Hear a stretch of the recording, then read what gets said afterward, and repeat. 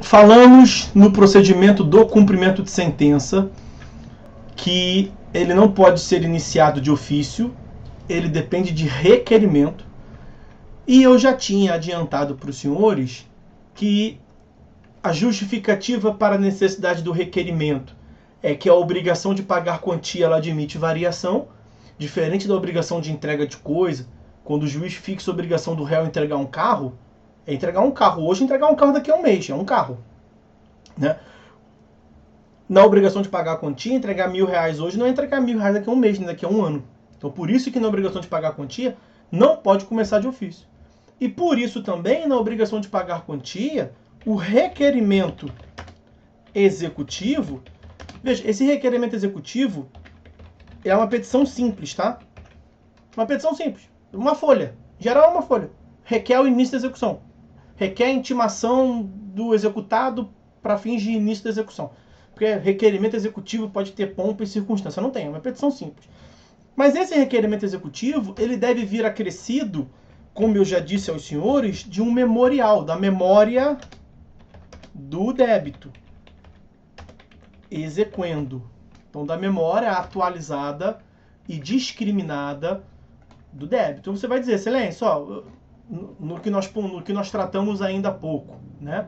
Excelência, você condenou o réu a me pagar R$50.000, mas só tem que foi 1 ano e meio atrás. Aí teve recurso, então agora aqueles 50 conto viraram 56.800 e tanto. Porque incidiu correção daqui, juros dali, e você vai apresentar. E é o 524 quem trata disso. O requerimento previsto no 523 será instruído com demonstrativo discriminado e atualizado do crédito, devendo a petição conter. E aí, veja, nada demais, tá? A petição de requerimento que traz a discriminação deve conter. Acho que deu ruim ali. Peraí. O inciso primeiro ficou ruim, eu vou ajustar para os senhores aí. Então a gente vai ler aqui embaixo, fora de ordem, o inciso primeiro. Ó. O nome completo, o número do CPF, do CNPJ, do exequente e do executado. Observando os parágrafos do 319, ou seja, se você conseguir identificar as partes sem a definição precisa desses elementos, não há necessidade, esses elementos não podem servir como óbice de acesso à justiça, e em geral aqui, como o cumprimento de sentença é a fase executiva do processo sincrético, as partes já estão qualificadas nos autos, né? Na imensa maioria dos casos, esse inciso primeiro ele é até desconsiderado porque as partes já estão qualificadas nos autos. Inciso segundo, tem que trazer o índice de correção monetária adotado, os juros aplicados e as respectivas taxas, o termo inicial e o termo final dos juros e da correção monetária utilizados, a periodicidade da capitalização dos juros, se for o caso, a especificação dos eventuais descontos obrigatórios realizados, indicação dos bens passíveis de penhora, sempre que possível.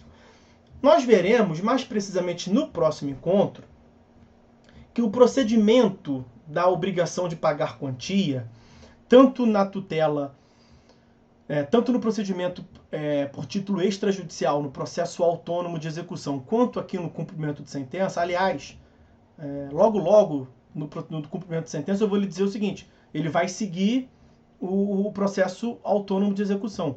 A regulamentação aqui do cumprimento de sentença já acabou. Vejam o que consta do 527, já que eu tratei disso agora. Então, ó, aplicam-se as disposições desse capítulo ao cumprimento provisório de sentença no que couber.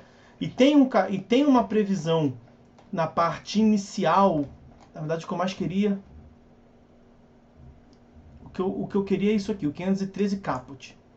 Mais precisamente era o 513 caput. O cumprimento da sentença será feito segundo as regras desse título, observando-se no que couber, conforme a natureza da obrigação, o disposto no livro 2º da parte especial desse código. O livro 2º da parte especial desse código é o processo autônomo de execução, por título executivo extrajudicial.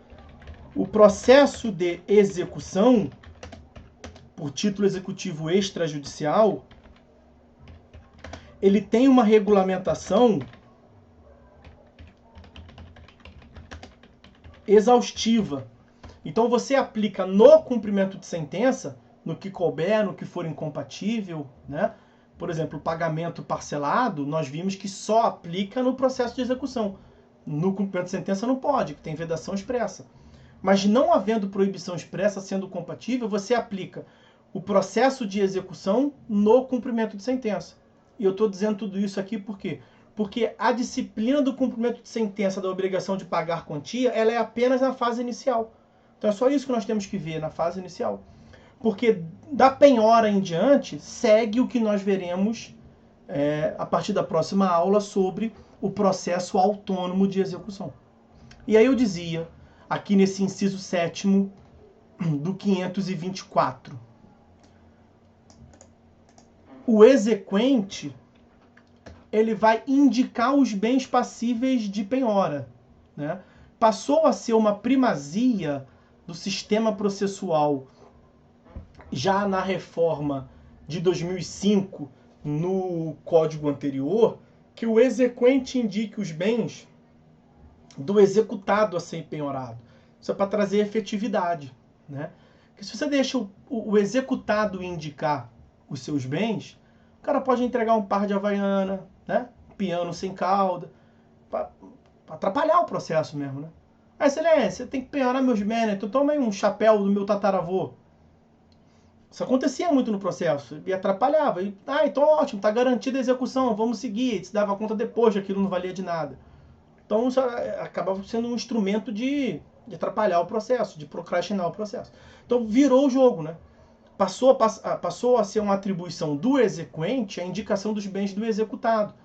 Porque o exequente pode pegar, né, doer na carne do executado, pegar os bens mais valiosos do executado. Claro, desde que não sejam bens impenhoráveis. Agora, naturalmente, pode ser que o exequente desconheça. Ele não conhece, ele não sabe os bens do executado que são penhoráveis. E aí o que nós teremos aqui? O exequente, ele vai, portanto, se ele não souber, ele declara que ele não tem conhecimento e ele requer a intimação do executado para indicar bens a penhora. Então, a lei, ela inverteu a lógica. Que antes era a regra o executado indicar bens a penhora, a regra agora passou a ser o exequente indicar bens a penhora, quando ele souber, claro. Se ele não souber, ele informa e pede que o juiz intime o executado para indicar bens seus a penhora. E se ele não o fizer, isto é considerado, lá no 774, inciso 5º, ato atentatório à dignidade da justiça, punível com multa de até 20% do valor do débito exequendo, tá? Ainda sobre essa memória discriminada do débito, que é o que nós falávamos aí sobre a necessidade de acompanhar o requerimento executivo. O STJ, ele vem entendendo que os beneficiários da justiça gratuita, eles deem início à fase executiva sem esse memorial, sem essa memória discriminada. Sob qual alegação? Justamente por essa insuficiência de recursos, ele não teria condições de pagar um contabilista, um contador, que o código atual chama de contabilista, né? É uma jurisprudência que, veja, ela é muito criticável, ao meu ver, especialmente nas demandas. Eu até, assim, numa demanda mais complexa, até dá para sentar na mesa e conversar. Mas em demandas simples, como, né, na maioria dos casos, o próprio sistema do TJ calcula. Qualquer um pode colocar ali, né? E ainda que ele seja um hipossuficiente, beneficiário da justiça gratuita, no mais das vezes ele é assessorado pela Defensoria Pública, né? Mas é uma jurisprudência, o STJ já vem reafirmando isso já de um tempo, justamente pela insuficiência de recursos, e como essa memória discriminada de cálculo, segundo a ótica do STJ, demandaria o pagamento de um serviço técnico especializado de um contador, ele vem ali fazendo vista grossas e abrindo uma exceção para o beneficiário de JG. E quando o beneficiário de JG ele requer, portanto, o início da fase executiva, a intimação do executado para pagar, e não traz a memória do cálculo, porque o STJ entende que ele, por ser hipossuficiente, não precisa trazer, vai fazer o quê? Aí o juiz não pode definir, né? O juiz remete para o contabilista judicial, para um setor próprio do Poder Judiciário, remete para o contabilista judicial para que retorne com a definição do valor. Tá? O que mais eu tenho para falar sobre essa fase de requerimento executivo? Requerimento executivo